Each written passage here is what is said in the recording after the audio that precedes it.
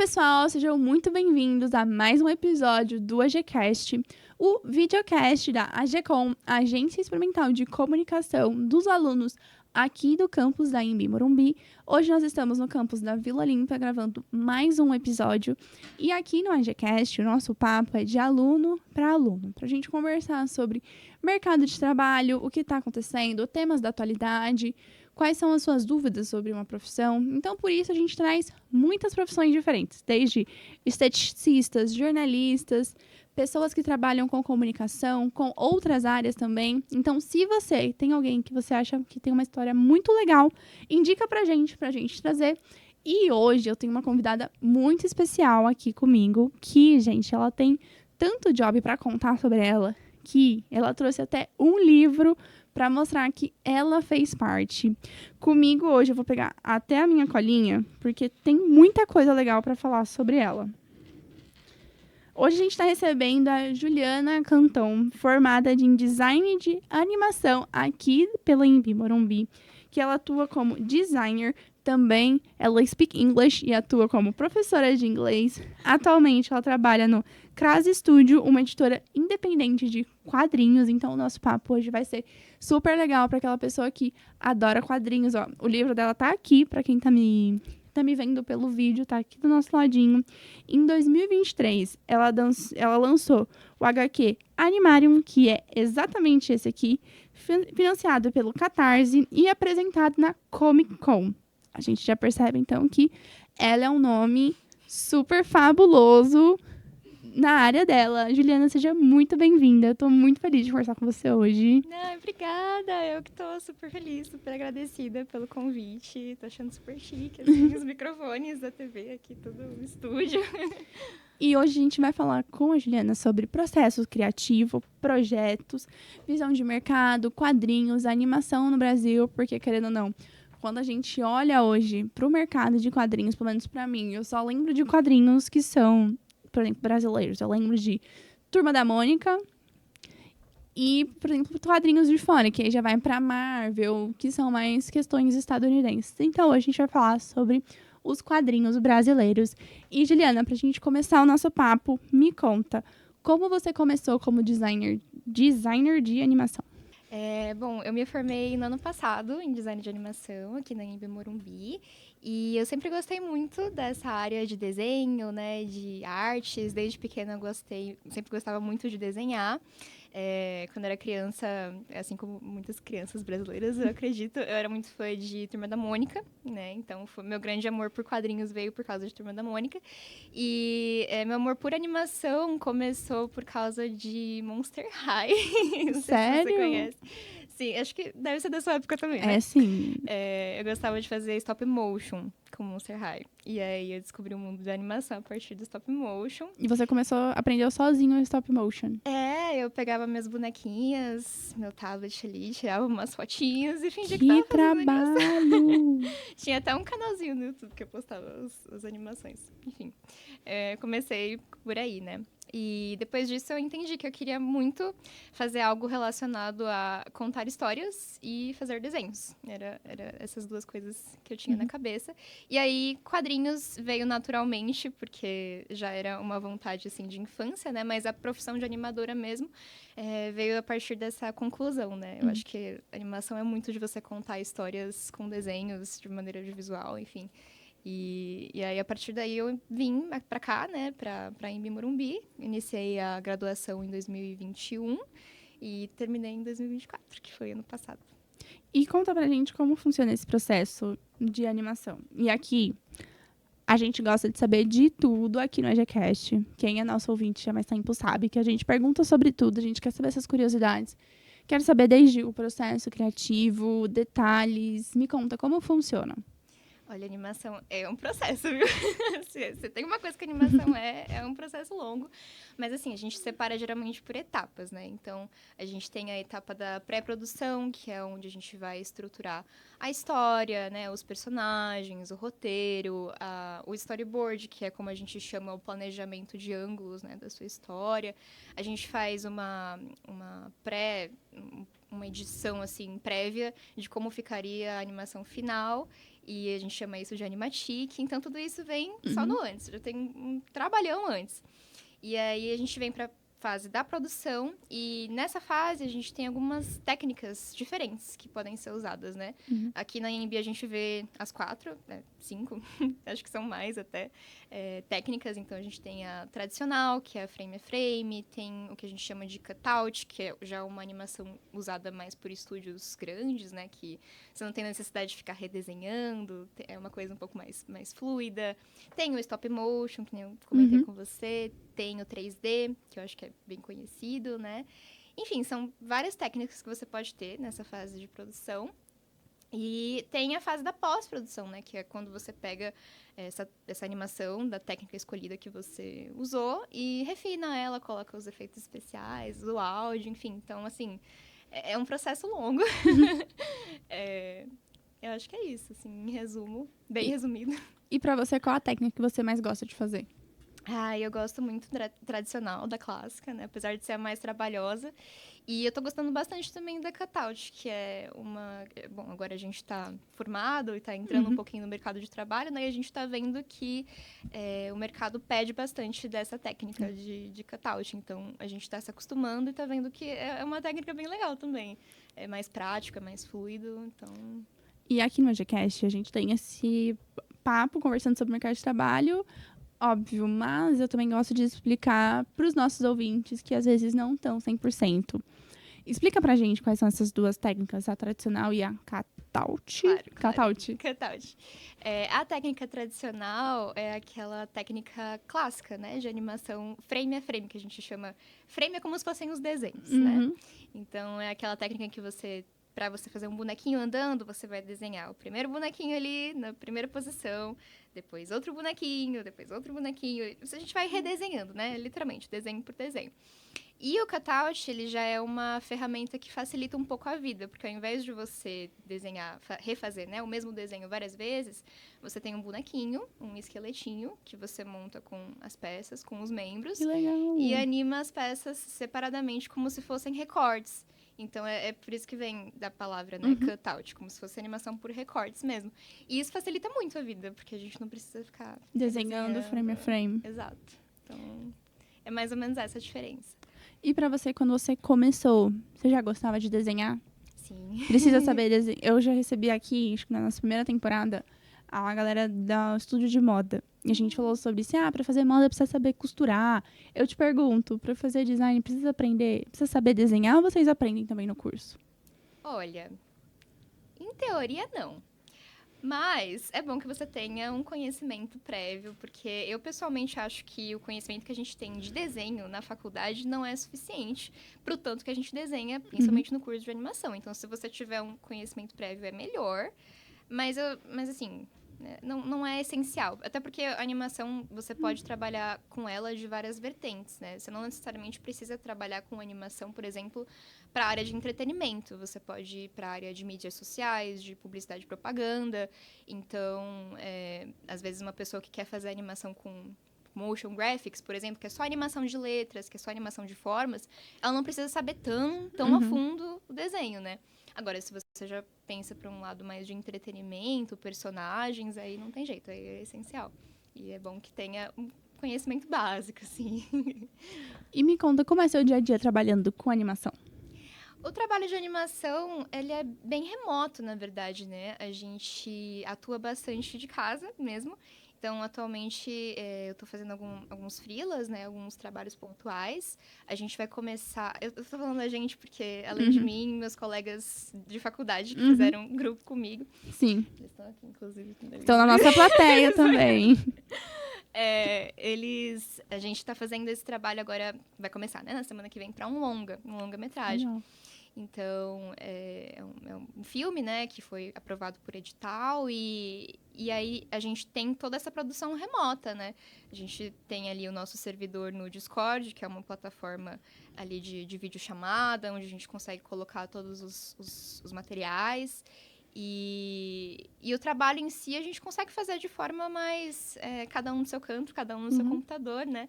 E é até engraçado isso, porque a gente trabalha tanto tempo com tanta gente e muitas vezes a gente nem se conhece, né, pessoalmente. Depende muito de trabalho para trabalho, né? O nosso trabalho até o momento tá assim, mas eu acredito que tenha também, né, estúdios que tenham esse formato presencial. É que eu acho que depois da pandemia ficou mais fácil, né, de Mas trabalhar assim. Para todas as profissões. Pra mim também, acho que é muito mais fácil. E eu sinto que eu rendo mais de casa, gente. Presencial. Estão aqui falando comigo, eu vou lá, pego um cafezinho. Aí eu vou lá, vou dar uma batida de perna no escritório pra arejar. Eu prefiro o remoto pra eu focar nas minhas demandas e pra socializar o presencial, e é isso. É muito melhor. E Ju, me conta como vocês conseguem os freelas, porque eu acho que aqui a gente tem ouvintes que são alunos que estão querendo se posicionar no mercado de trabalho. E existe muito esse estigma de, você precisa fazer freela. Mas como a gente consegue o freela? Principalmente na sua área. Certo. Bom, a gente tem, assim, uma vertente diferente, né? Porque na parte de artes, é meio complicado falar assim, tenha um perfil no LinkedIn e pega a vaga pelo LinkedIn. Exato. Porque o LinkedIn, principalmente para animação, é uma coisa mais específica, né? Então, às vezes, alguns trabalhos que a gente queria achar não estão ali. Então, a gente vai para outros meios, né? O Discord que eu te falei, por exemplo, é um servidor muito cheio e existem bastante servidores focados, né, nessa parte de comissões e muitas vezes animações também. Mas a gente tem percebido que na nossa área é uma coisa meio do boca a boca também, sabe? A gente entrou um pouco mais nesse mundo esse ano e a gente percebeu que o mercado de animação é muito menor do que a gente estava imaginando, assim. A gente conheceu uma pessoa em um evento, assim, de trabalho, né? Um evento de negócios. E essa pessoa nos apresentou para uma equipe de animadores que fez ali a ponte para a gente ter esse trabalho com o longo. Então, assim, você conhece uma pessoa, você consegue conhecer muita gente na mesma área. Então, eu acho que talvez essa questão do boca a boca mais direto ainda funcione, sabe? Pelo menos pelo que eu tô entendendo até agora, né? Posso estar errada, mas a minha percepção até agora foi isso. E pra você, quais são as principais habilidades que a pessoa precisa desenvolver para conseguir trabalhar de forma independente? Essa pergunta é boa, viu? São várias. Mas eu acho que você ter uma organização de tempo, uma gestão de tempo é muito importante, porque a gente trabalhando no remoto, é muito complicado essa questão da disciplina, né? De você, assim, ter os seus horários bem certinhos, ter as suas demandas do dia bem certinhas. Eu acho que a questão da comunicação também é muito importante. A gente que é artista costuma ser um pouquinho mais introvertido, né, no nosso mundinho, mas é essencial, até porque em animação a gente não trabalha sozinho, né? A gente sempre trabalha em equipe. Então é muito, muito importante ter essa comunicação bem fluida, assim, né, com sua equipe. E eu acho que, no geral, tem também a questão da organização financeira, né? Porque trabalho independente, né? Freela, assim, é meio complicado. Tem meses que a gente entra tem bastante trabalho, tem meses que já não vem tanta coisa. Então, assim, saber como manejar também é uma habilidade essencial. E falando sobre trabalho, você hoje está na Cras Studio. Isso. Conta um pouco pra gente sobre como foi você entrar na Cras, como é seu fluxo de trabalho. A gente quer saber tudo sobre essa sua experiência. Conta sim. A Cras, na verdade, ela é uma editora de um professor de desenho meu, que foi meu professor, né, quando eu era pequena. O nome dele é Thiago Spikett. E eu tive aulas com ele quando eu era pequena. E aí, um dia, uns anos atrás, a gente se trombou na Liberdade. E aí, ele veio conversar comigo, perguntar, né, se eu ainda estava trabalhando na área. E aí, ele me fez essa proposta de trabalhar junto com ele dentro da editora. E, logicamente, que eu topei, porque trabalho com arte já é difícil, né? Então, assim, foi uma oportunidade única. E aí, eu entrei em 2022, fazendo atividades mais pontuais, né? Com ajuda de projetos, porque dentro da Cras a gente tem algumas frentes, né? A gente tem as frentes de cursos, a gente tem um canal no YouTube, que é toda essa parte voltada para desenho. A gente tem as aulas, então, eventos, então são várias frentes. Eu ajudava um pouquinho de tudo. E aí, em 2023, surgiu a oportunidade de fazer um quadrinho junto com ele, né? A gente É o nosso Este quadrinho livro. aqui. Já começando jabá. E pra quem tá só nos escutando e não tá vendo, a gente vai deixar no nosso Instagram também, no nosso vídeo de bastidores aqui, qual é o quadrinho da Ju, que é o Animarium, Os Amigos Secretos, que é da Ju junto com o Thiago. Isso. Então, a gente fez esse trabalho em 2023, totalmente em conjunto, assim, o roteiro, o desenho, foi tudo dividido. A gente lançou por meio de uma campanha de financiamento coletivo chamada Catarse, que é uma plataforma bem comum entre os quadrinistas, assim, para ajudar, né, a financiar esse tipo de obra. Bateu a meta necessária e a gente conseguiu lançar, vender mesmo, lá na Comic Con, né? A gente pegou um espaço legal ali para fazer o lançamento.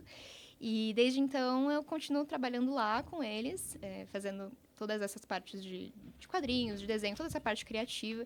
A gente está com alguns projetos novos agora também. E atualmente eu estou trabalhando num novo quadrinho, agora é só meu, autoral, 100% solo. Que eu estou fazendo essa experiência de lançar primeiro online para depois fazer uma publicação física. E pra você, conta um pouco como é o seu processo criativo pra lançar esse quadrinho que é 100% autoral. Ai, menina, é todo um rolê. É bem, assim, o processo criativo não é nada linear. É uma coisa, assim, bem bagunçada. Pelo menos dentro da minha cabeça, eu acho bem bagunçada.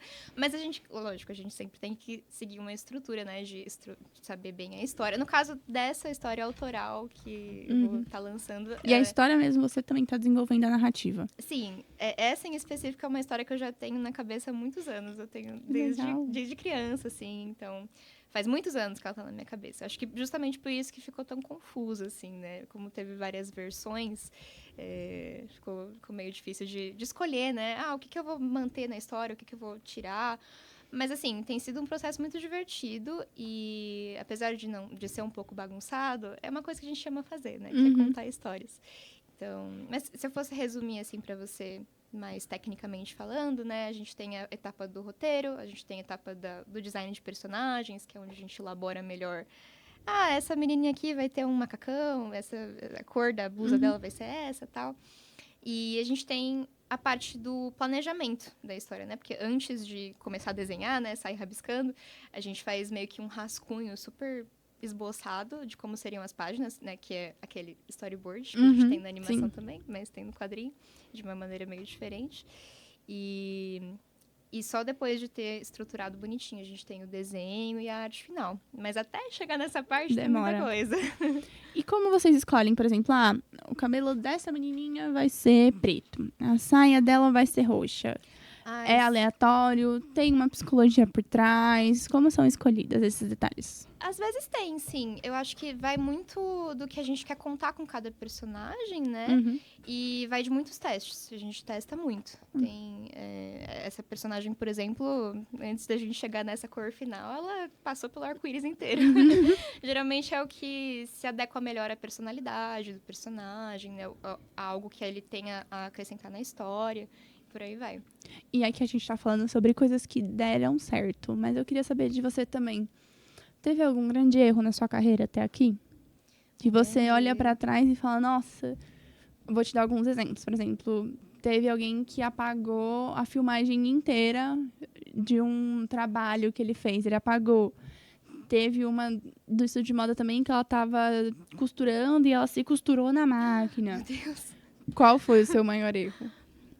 Olha, eu acho que nunca tive um erro tão gigantesco assim, igual os seus exemplos, mas já aconteceu de perder arquivo, assim, páginas inteiras que já estavam desenhadas, que simplesmente não salvaram e foi trabalho pro lixo. Esses dias mesmo, na verdade, essa semana eu tinha feito Olha, erro fresco, hein, galera? Eu não tava lembrando, mas agora que você falou, era uma página inteira que eu já tinha terminado, já tinha terminado de desenhar.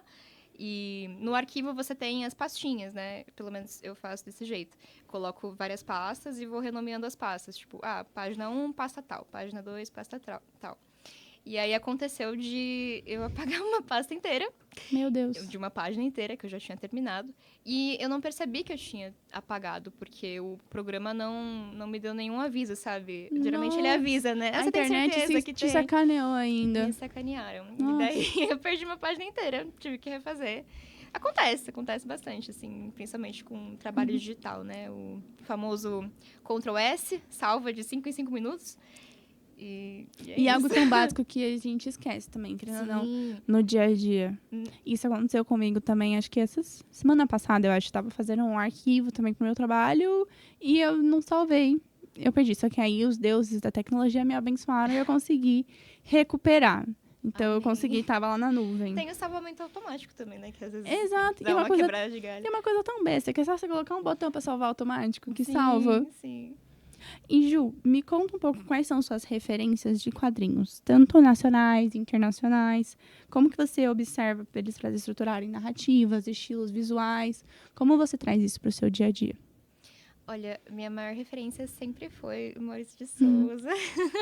Acho que por uma questão mais de apego Afeto, infantil né? mesmo, afeto, Gosto muito da forma como ele conduz as narrativas, assim, de uma forma bem leve, né? Principalmente da Turma da Mônica Jovem. Acho que foi mais do que a Turma da Mônica Clássica, a Turma da Mônica Jovem foi o meu ápice, assim, de referência dele. Mas hoje em dia tem muitos quadrinistas que eu acompanho, assim, nas mídias, né? De maneira mais independente. Tem um professor meu, que não foi o Thiago, outro professor, que me deu aulas de histórias em quadrinhos também, que o nome dele é Santos. Eu gosto muito do trabalho dele, ele é muito talentoso. E ele tem muitas referências de graphic novels, né? Que são os quadrinhos americanos. Os quadrinhos americanos, pessoalmente, eu não gosto muito do traço, mas eu acho que ele adaptando fica bacana. E eu tenho muita referência da cultura oriental também, né? Do mangá. Então, artistas japoneses, mangá... Não sei se o vocabulário você conhece muito sobre, mas eu gosto muito do mangá shoujo, né? Que é um mangá mais voltado para o público feminino, que tem um traço mais delicado, que tem também uma narrativa mais calminha, né? Eu me inspiro bastante nessas artistas desse gênero. Perfeito, Ju. E aqui, eu tenho já de informações que você vai trabalhar num longa. A gente pode revelar qual é Spoiler. ou é spoilers? Ai, agora você tocou num ponto, eu não sei. Então a gente vai deixar abaixo. Desculpa, é que, assim, a gente tem aquele contrato de sigilo, né? A gente não vai fazer você perder seu contrato, vou deixar isso baixo. Mas eu queria saber se você pode detalhar um pouco sobre como está sendo esse seu processo criativo até aqui. Se, por exemplo, para se inspirar, você vê um monte de quadrinhos, o que você faz para se inspirar nesse processo? Num processo criativo no geral, eu acho que consumir arte diariamente, né? Não tem como parar. A gente já consome, naturalmente, mas eu acho que se manter em contato com isso, não precisa necessariamente sendo por desenho, né? A gente tem como se inspirar por música, por exemplo. Eu acho que música, inclusive, é uma das minhas inspirações mais fortes, assim. Você se inspira por música? Que legal. Sim. Muitas, assim, acho que animadores vão se identificar. A gente escuta uma música e fica imaginando historinhas, assim, na cabeça. Olha, gente, vocês que estão só nos escutando, ainda tem vários animadores aqui que todos estão concordando com a Ju, estão todos balançando a cabeça. Eles estão lá fora, estão escutando tudo? Sim, estão nos escutando. Eu achei que eles não estavam escutando nada. Então... Ok, tudo bem. Essa parte ele corta ali. O Gabriel corta, tá tudo bem. Corta. E quais são as músicas que você escuta pra se inspirar? Como funciona? Eu sou muito eclética, assim, gosto de vários gêneros, mas o gênero que mais me inspira pra história mesmo de animação é música clássica. Gosto muito de piano. Legal. E trilha sonora de filme também. Eu acho que é muito, muito emocional, assim, né? E às vezes até... Enfim, eu acho que música clássica, no geral, é o que me toca mais. E falando também sobre os seus trabalhos, eu soube que o seu TCC, Quando as Estrelas Desabrocham, ele circulou em festivais. Eu queria que você contasse mais um pouco pra gente de como você fez pro seu trabalho circular nos festivais, como foi o processo de fazer. Isso inclusive podia estar até com meus colegas de grupo aqui para falar. Mas a gente inscreveu esse ano, né? Concluímos o TCC no ano passado. Ele foi um curta de 15 minutos, chamado Quando as Estrelas Desabrocham. E a gente não pode ainda postar o curta inteiro por conta do sigilo dos festivais. Mas a gente já publicou o trailer no YouTube. Então, se interessar... É só a galera pesquisar. Pesquisar. O nome do canal é Animation. Eu acho que eu posso te passar os links depois. Perfeito. A gente vai deixar os links na descrição aqui do episódio do YouTube. E pra quem quiser no Spotify também, a gente vai ver se consegue deixar. Mas se não, é só conferir no YouTube que vai ter todos os links aqui certinho. Perfeito. Mas a gente tá nesse processo ainda, na verdade, né? De inscrever os festivais. Porque a gente tá seguindo um site que se chama Film Freeway, que é uma plataforma, na verdade, que você acha vários festivais e você pode filtrar, né? Eu acho que em cinema, inclusive, é bem parecido o processo, porque é um site que tem tanto animação quanto filme audiovisual, né? Cinema. E aí você tem os gêneros, você tem as restrições, né? E tem festivais por tema. Então, você tem desde festivais de temas super específicos, a gente estava até conversando isso lá fora, festivais de, sei lá, cavalo, ou montanhas, enfim, uns temas muito específicos, até temas mais abrangentes, né? No caso, o nosso TCC, a gente teve como tema principal uma coisa bem delicada, que era as consequências da guerra na cabeça das crianças, na mente do público infantil. E aí a gente usou para contar essa história várias metáforas, né? Mas uma sinopse rápida para elucidar. Eu já tô ficando curiosa já. Eu já quero saber quando ele sai completo nas plataformas. A história é sobre um menino que ele cai do céu, ele aterrissa na Terra como se fosse uma estrela. E ele embarca numa jornada para tentar retornar a esse céu, né? Essa casa que um dia foi dele. E só que ele aterrissa num cenário totalmente destruído, assim, cheio de destroços, cheio de... Enfim, e ele acaba sendo perseguido por uma criatura que ele não sabe que está ali com ele.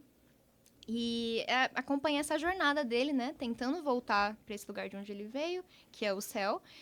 Ao mesmo tempo que ele tenta se desviar ali dos ataques dessa criatura que persegue ele. Então, a gente tentou usar muitas metáforas para contar a história desse menino, para contar a história da guerra, tentar ser uma coisa, assim, bem atual. E é muito sensível, muito artístico. A gente até acha engraçado, porque as interpretações que vêm a partir do curta nunca são o que a gente queria. Sério? Ninguém acertou ainda o que vocês queriam Quase dizer? ninguém acertou, assim. Mas não é uma coisa ruim, é bom que tenham... Quer dizer que a arte também inspirou outras pessoas e inspiraram outras narrativas também. Exato, Vamos olhar exato. pelo copo meio cheio? Exatamente. E aí a gente tá nesse processo de inscrever, né, pra festival que é um pouco longo, um pouquinho chatinho, a gente já recebeu vários nãos, também tem que falar, é importante ressaltar, não, nem só de sims vive os animadores. Mas a gente já passou em alguns internacionais, por exemplo. Olha que legal. Um festival chileno que a gente conseguiu. Nos inscrevemos também pro São Paulo Film Festival, que é aqui, né, no Brasil. A gente tá torcendo muito para passar, para conseguir ver, passando no cinema, assim. Mas tá sendo uma experiência muito... Me fugiu a palavra. Vou falar de novo. Tá sendo uma experiência muito enriquecedora, né? Pra aprender mesmo, porque essa parte a gente só consegue ver depois da faculdade, né? Não tem jeito. E pra você, qual é a importância de inscrever seu trabalho nos festivais? Além da visibilidade, eu acho que é compartilhar, né? Todo o trabalho. Acho que é o famoso agora vale a pena, sabe? Quando outras pessoas estão assistindo, quando outras pessoas nos contam, né? As suas interpretações, o que acharam do filme, tecem comentários, tecem críticas. Eu acho que nessa hora a gente entende se a gente conseguiu ou não passar a nossa mensagem. Eu acho que é um momento que tudo vale a pena, assim. Fora, lógico, a parte profissional da coisa, né? Nos mostrar enquanto estúdio, colocar ali a nossa cara no mundo profissional. Acho que é essencial por diversos motivos, assim. Mas a gente tá vendo que não é o único caminho. Festivais não são o único caminho. É apenas um deles. Quais são os outros caminhos?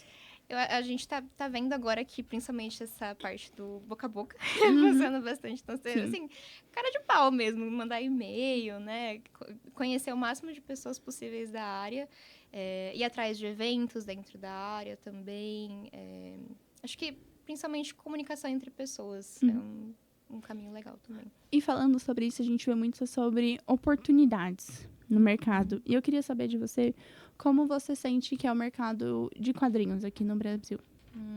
Quadrinhos a gente entra em outro nicho, né? Que a animação em quadrinhos é bem diferente. Eu acho que no momento o mercado de quadrinhos ele já é muito rico. A gente tem muitos autores talentosíssimos aqui no Brasil, mas acaba sendo uma coisa assim um pouco nichada mesmo, né? A gente tem autores incríveis já sendo reconhecidos por editoras grandes, como a JBC, como a New Pop, enfim, publicando artistas brasileiros.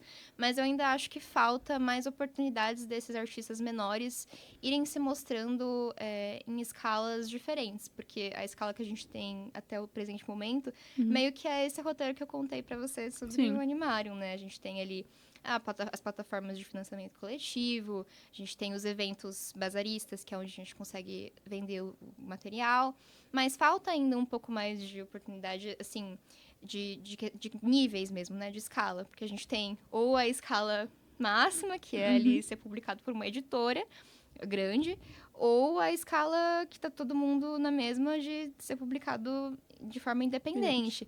Então, eu acho que falta ainda um pouco dessas escadinhas, assim, pro pessoal ver que tem outras formas mesmo de conseguir mostrar o trabalho além do 8 ou 80.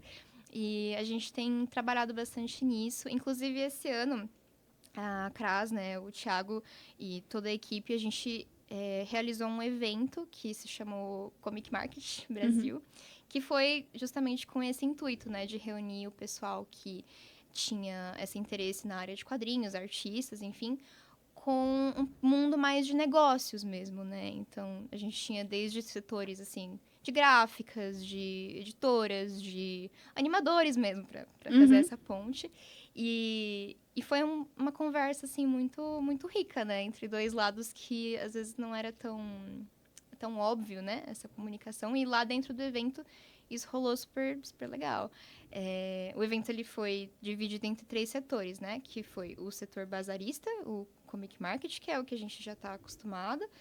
O setor de business, que é o setor de negócios. Então, era ali onde ficavam as gráficas, né? Os animadores. Inclusive, foi desse jeito que a gente teve troca de contato com a pessoa do longa.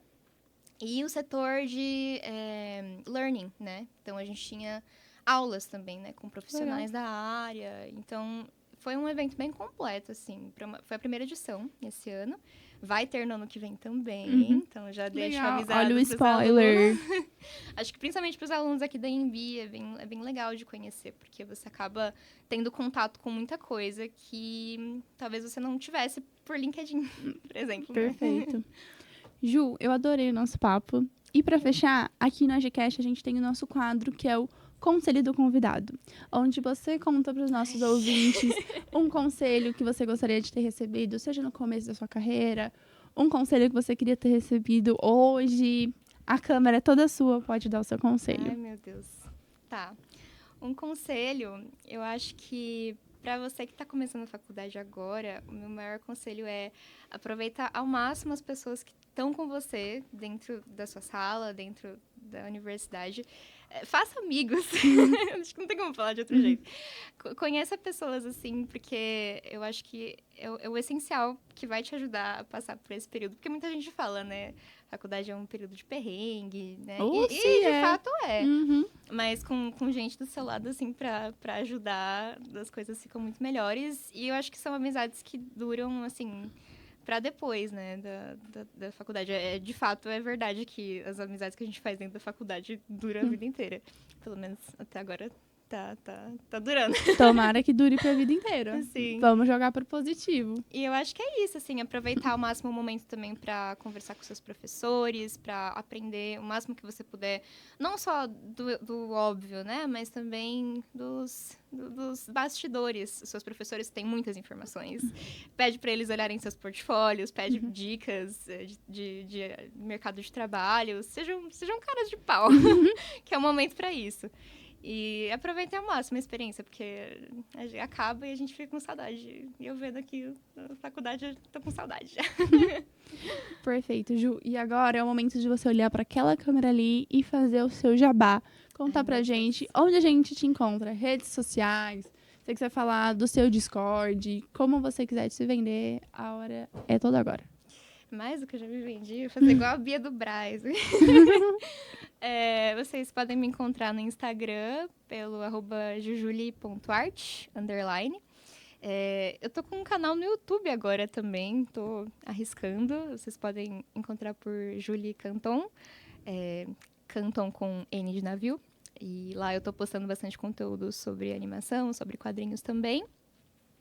E eu acho que... tem o TikTok também. Vem no seu TikTok. Ju Canton _art. Acho que de rede social é isso. Não facilito muito, né? Cada uma eu coloco. E o seu Julie é com I? É com I, não Y. Perfeito, vamos deixar a galera te achar mais fácil. Ju, muito obrigada pelo seu tempo. Obrigada a você, Ana. Foi Espero que você tenha gostado do nosso papo. Foi muito legal. Muito aqui descambado. Foi ótimo. Pessoal, vocês me encontram, como sempre, no LinkedIn como Ana Júlia Faita, no Instagram como Ana Faita, com 2 As no final, e no TikTok como Ana Faita.